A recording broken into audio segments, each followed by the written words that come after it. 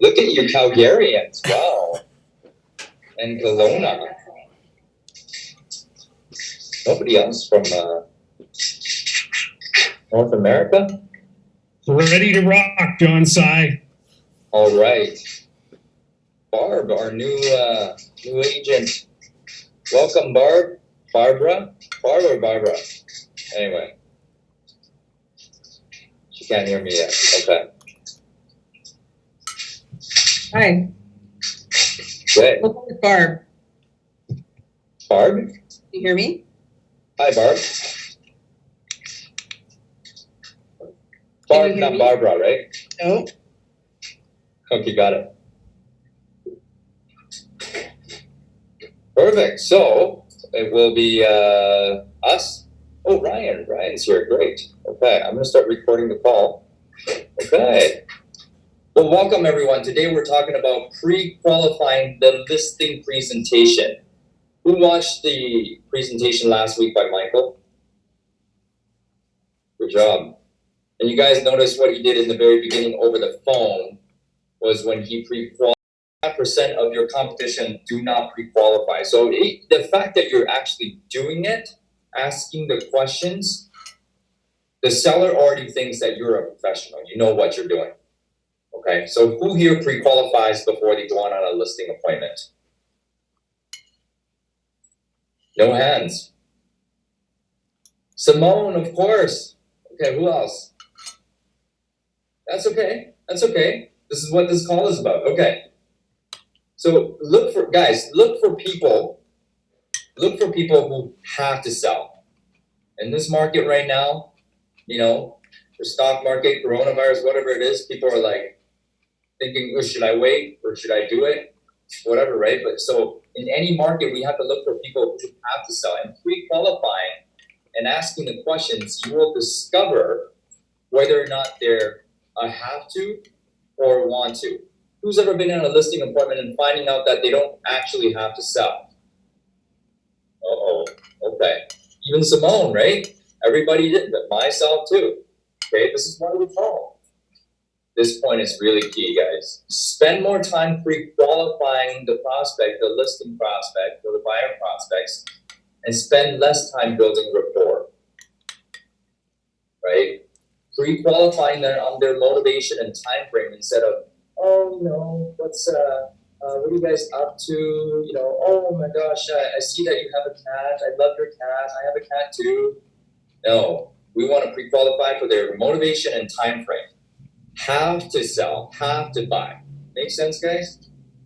Okay. So 2 rules on pre-qualifying. Don't ever miss this. Pre-qualify 100% of your prospects 100% of the time and using 100% assistance. Okay, great. Not many of us. That's okay. If you have assistants, you can actually get your assistant to call and pre-qualify the prospect because they are not emotionally invested into this appointment. They can ask the questions without judging the questions. Then you can get the real answers from the prospect. Fair enough? Okay, good. Now, pre-qualifying allows you to set standards for who you want as clients. Simone does this seamlessly. So, you know, if you, like, I won't list a property unless I get 7% on the first 100,000, 3% on the remaining balance. I won't list a property who's 10% overpriced. Once you ask these questions, they're outside of your minimum standards, and you're like, you know, it's probably not a good fit that you know you and I work together. So I'm going to decline this appointment, right? You'd rather not waste time going out there if they don't meet your standards. Simone, if you can unmute yourself, what are your standards? Minimum standards. My minimum standards are, well, they have to pass the motivation, the test, right? So, and that's more of a gut feel.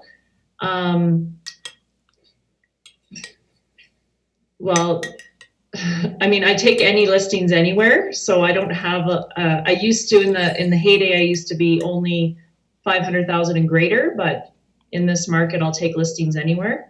They have to be motivated and priced to my price, or we can go with their price at first, but they have to sign an amendment for 7 to 10 days after I take the listing. I won't take it if it's not priced to sell. Got it. So even if when you're pricing it a little bit higher, you would have them sign an amendment right there at the listing presentation, right? Right, and then I make sure that they're very clear on what the strategy is going to be every 2 weeks, in 2-week intervals. It's basically, and I put it on the table when I'm with them, price adjustment, price adjustment, price adjustment. Got it. Anybody else have any minimum standards for themselves? No? Okay, we'll move on to the next one. When possible, pre-qualify the listing prospect when you're setting the appointment, right? You can actually save time and you're in momentum, right? So you don't have to say, oh, I'll call you back at another time to pre-qualify you.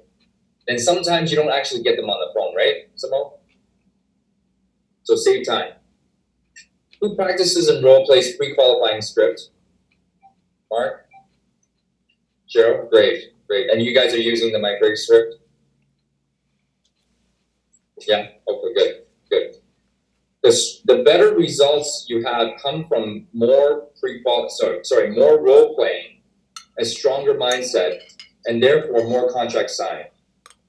Practicing and role playing the pre-qualifying questions leads to more confidence, better results, more appointments, a stronger mindset, and more contracts signed. Make sense? All right, this point here I really like. Pre-qualifying will allow you to have more energy while going on appointments. Can anybody tell me what that means? Pre-qualifying will give you more energy while going on appointments. Who knows what that means? Hey, John, it's Atish. I would say it's more confidence in the dialogue that we're about to have. You feel like you own the listing before you even get there. There you go. You're in control. You're in control, right? And so a lot of times, when you're, for myself, when you're like in the dark about what they want, and you don't really want to go on it, you're feeling powerless. But when you know exactly the answers and you find out after asking some questions that they're really motivated, you're like, wow, this is a great one. Then your energy picks up. You know everything. You have power, right? So knowledge is power. Thank you for sharing, Atish. Okay, here are some points on what happens when a real estate agent does not pre-qualify. Number one, they spend a lot of time frustrated with themselves. Would you guys agree that when you go on a listing appointment, they don't have to sell and you walk out without a listing contract, you'll be frustrated, right? Number two, taking overpriced listings and taking listings for shorter periods of time because you didn't pre-qualify. Again, that goes back to frustrating. Working too many non-income producing hours. You're driving over there half an hour, you're driving back half an hour without a contract signed because you didn't pre-qualify them, right? Significantly reduce their hourly rate of pay. That again, it comes with doing stuff that does not need to be done. Right? You didn't have to go out there and service and go on that listing appointment because they weren't ready to sell. So you're working non-income producing hours, right? So agents who do not pre-qualify, they usually do not prospect and do not have many appointments. They usually do not prospect and usually do not have any appointments because the energy is sucked out of them by not pre-qualifying, going on unqualified listing appointments, then their mindset goes down and they don't prospect. It's all in a vicious cycle. Make sense? All right. Good. Let me see what the chat box here says. Do you feel that there's a situation when you have to see the home before you can do the accurate CMA? Older homes. So Helen, great question. So what a lot of us do is that we go ahead and do the CMA, send it out to them of the comparables and suggest the price and a pre-listing package, right? We don't need to see the home first, but when they have a question, they feel that your price is too low, they'll call you back. they'll call you back and say, hey, I don't like your price, right? Okay, no problem. So it sounds like to me that price is very important to you. Is that correct, Mr. and Mrs. Seller? Okay, great. That's one of the first things we will talk about right when I walk in the door. Fair enough. Right? Does that help, Helen? You're gonna have to unmute yourself. Anyway, okay. Hope that helps. Okay. So here are some of the benefits. Thank you, Helen, for replying. Here are some of the benefits of what happens when an agent does pre-qualify. Number one, they focus on income producing activities, right? Because their energy is high. I got a great listing appointment right now. I've pre-qualified them. I know their motivation. I know they have to sell. I know they have to sell within 90 days. Gosh, I'm so excited about this listing appointment instead of, I don't really know if they want to sell or not. They're interviewing a bunch of agents, then you're like, I don't really want to go there, right? Right? And they're able to choose the clients they want to work with. Simone has a very specific minimum standard. If someone is outside of that standard, she chooses not to go. She'd rather spend time with family. She'd rather spend time, on the phone talking to other agents or talking to more prospects. Then she can focus on more income producing activities. It's all a snowball effect. Have less client problems and more business. Have less client problems. When you ask questions and draw out the objections, you'll have less problems and therefore more business, right? Nothing drains your motivation and energy faster than going on non-qualified appointments. Nothing drains it more than that. I have one today. I didn't pre-qualify yet, and this morning I'm feeling lost. But guess what? I'm going to call them and pre-qualify to see they're absolutely ready to sign the contract. Then my energy goes up. I hope that makes sense, right? There's another chat box here. I do have minimum standard. Don't sign a contract for 6 months due to agent shopping lower market. Yeah, good for you. No less than 6 months, guys, especially in the down market. Sometimes even 1 year. If it's a higher price point, 1 year. 6 months minimum. Okay? We should be listing 75% of the people that we meet with. 75%. Pre-qualify intensely to increase that percentage. Okay. Who tracks their numbers on listing appointment into listings taken? Cheryl. Okay. Cheryl, why don't you share what's your percentage right now? Oh, sorry. 1 sec, I'm getting a call. To be honest, I just started doing it this year. Ignore. I just started doing it this year, so my percentages are going up as far as appointments, and it's new to me. I've always, I'm going on more appointments. I'm calling more people. I would have to say, sadly, I haven't pre-qualified 100% of the time.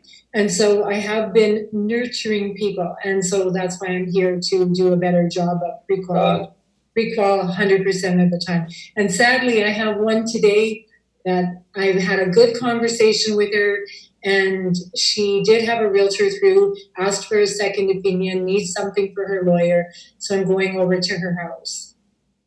That's okay. That's okay. I haven't listing today yet. Yeah.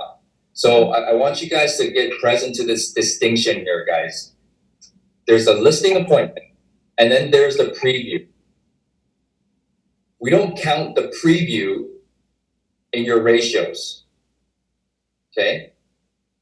So then your ratios go up. It's okay if you go and preview the home, right? You're saying, okay, well, I just need to see the condition of the home, and I want to talk to the seller. This is not a listing appointment. Previews are okay. If you drop by an expired listings house, you knock on the door, that's not a listing presentation.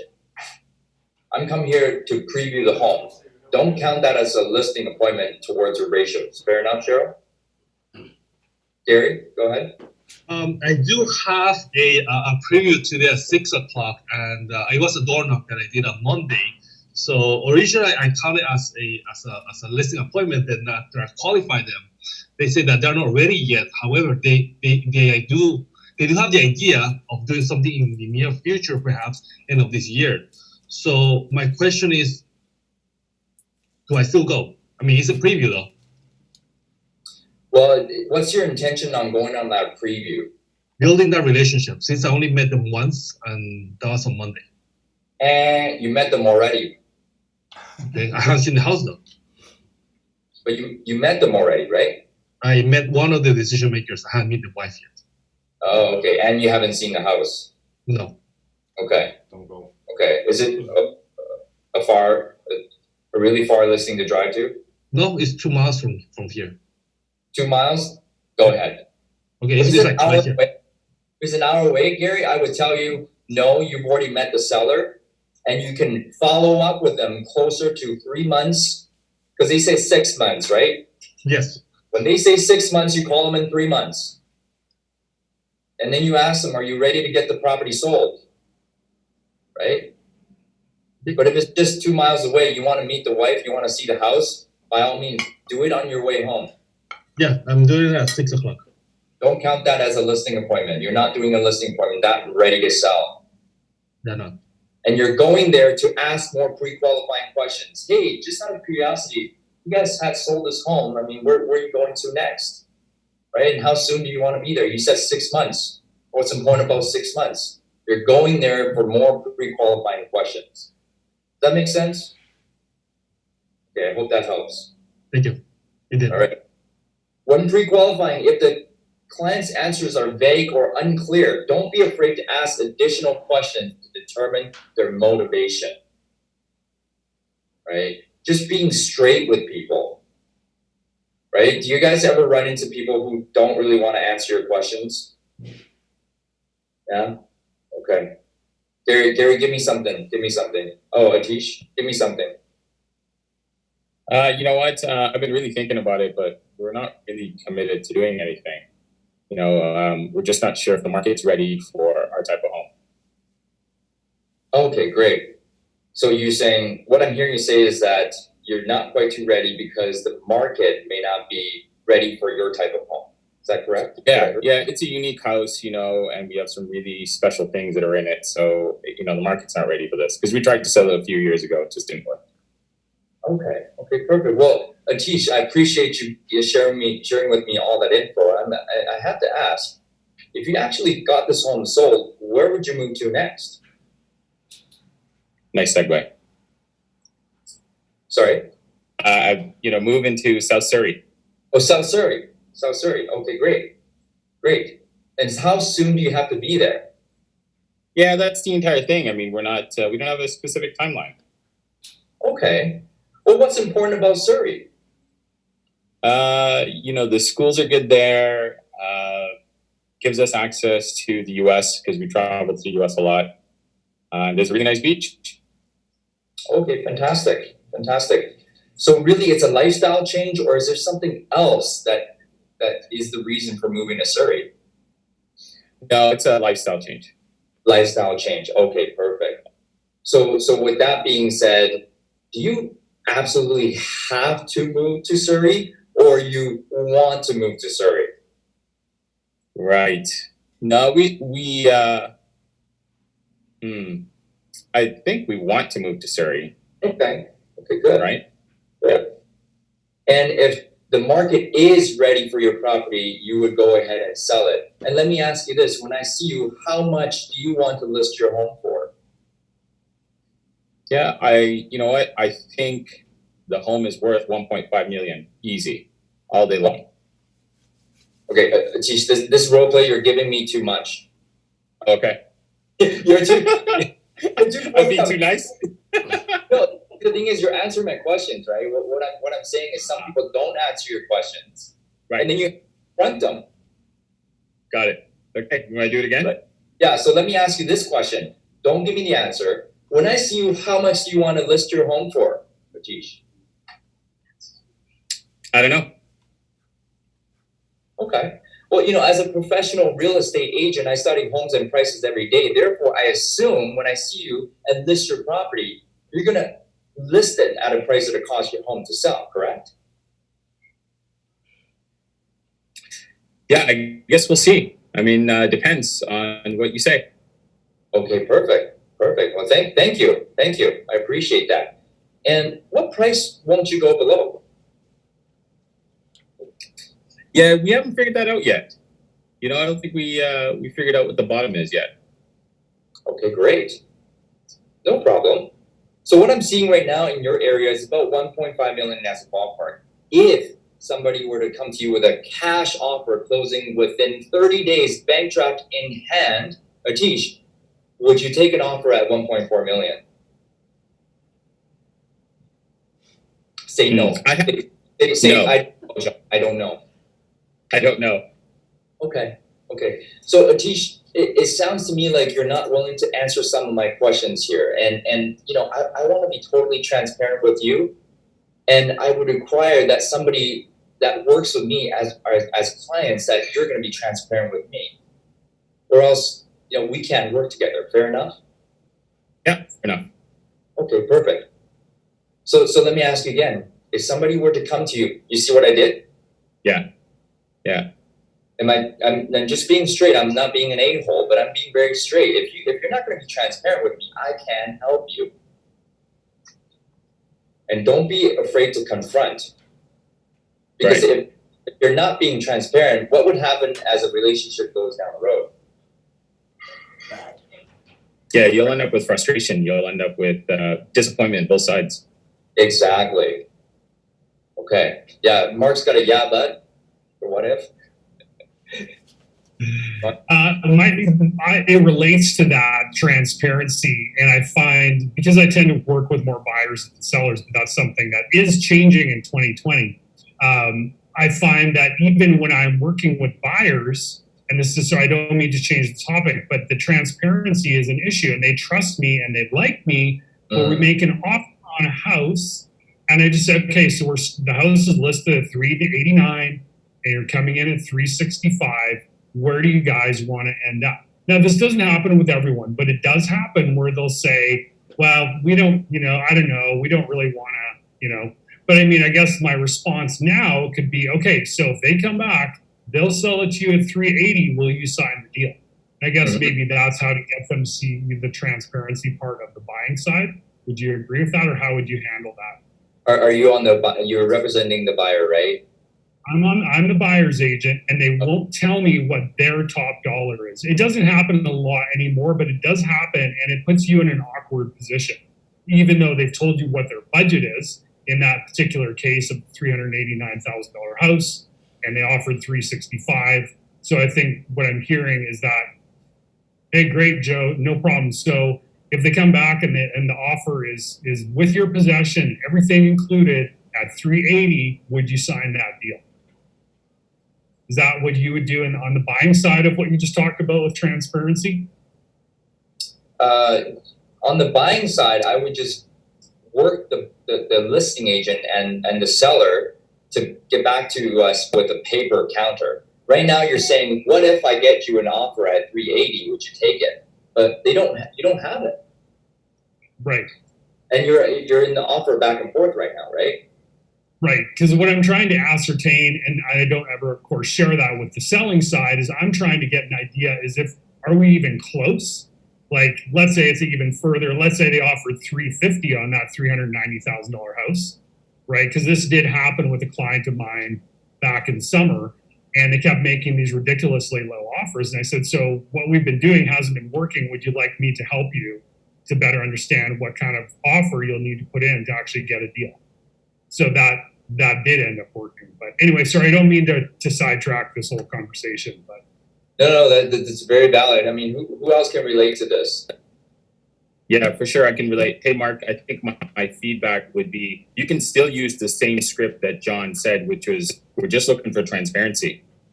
The other question that I've learned to ask more with buyers is I try to say, what do you pre-approved for?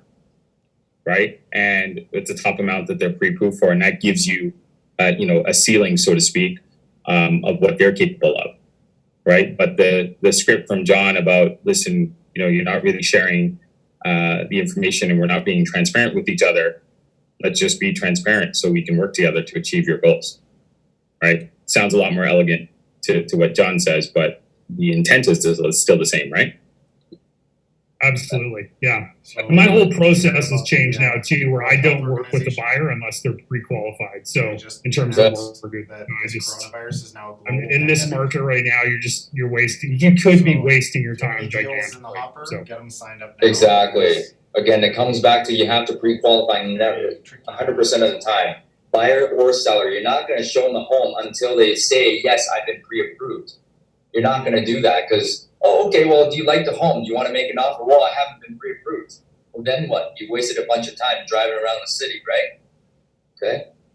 Thank you, Atish. Thank you, Mark, for your share. Okay. Last couple points. Pre-qualifying will draw objection in advance. This way you can be more proactive on your listing presentation. Remember, knowledge is power. You need to know every single thing about the seller, right? Until there's nothing to be known. Like, So what the else other can you thing tell me? is- What else can you tell me? Like, Well, when I you see know, you, it's if okay, everything we makes met sense and you feel senior comfortable and agent confident that I can sell your home, are you planning to list your This home is with John me when I Sy in come out? Vancouver. Well, Every you know, week I he don't does a coaching know. call. Well, great. Well, tell me more about what you're looking for in an agent. Well, what else are you looking for? What else are you looking for? The more information you can get from them, the better you can 20 people prepare on for the your call. listing point. Does that make sense? Keep asking questions. Okay, last point. It's okay to lose a prospect, guys, or an appointment because of pre-qualifying. It's okay to lose them because they're not serious anyways. You're saving time, right? Better lose them during this process than wasting your time on an appointment. All right. Who has any questions? Yeah, buts. What ifs?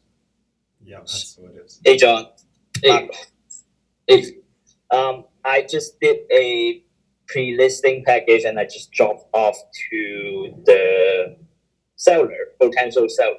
great. So also did the walkthrough already, pre-qualifying and doing the walkthrough. So and then I set an appointment with that seller tomorrow.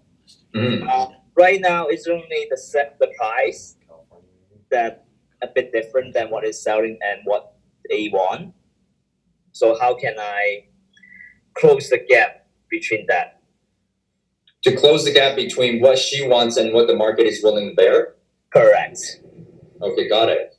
Right? So you got to ask them He's 30. where they're moving to and how soon they have to be there. Right? That already asked they want to move to Europe They want to move to Europe. Okay. So within 3 months.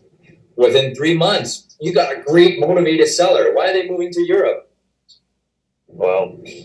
It's only the wife is dead, so that's why it's only like the husband remaining. So Okay. that the entire family live in Europe, so that's why that he's the Oh. only one in Canada.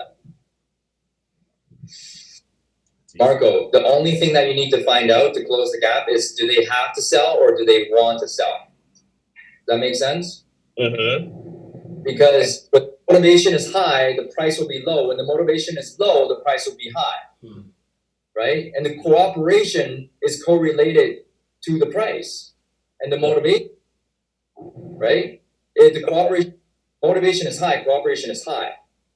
Mm-hmm. So if they have to move to Europe, you're going to say, okay, I'm going to list it at your price. And like Simone said, if nothing happens within 10 days, we're going to have to come back and have a conversation about the price. And you tell me that you wanted to be in Europe within 90 days. Is that correct? Is that still the same? Yep. Okay.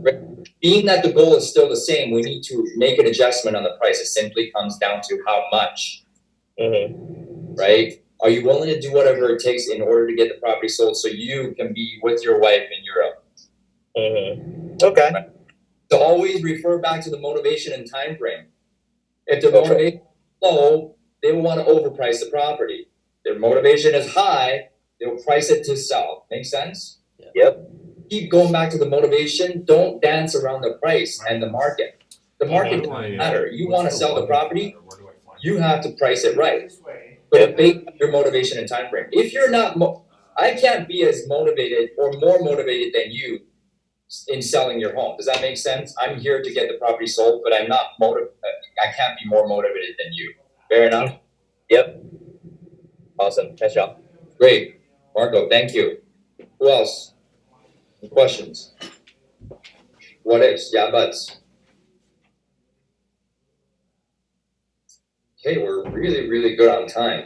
If you have any questions regarding pre-qualifying the listing presentation, give me a call, shoot me a text. We'll go over all the scripts. I will role play with you. Right now, I will send the script into the mastermind chat. I love you all. Thank you for being on the call today. Have a great Wednesday. Thank you, John. Thanks, John. Thank you, John. See you all later. Thank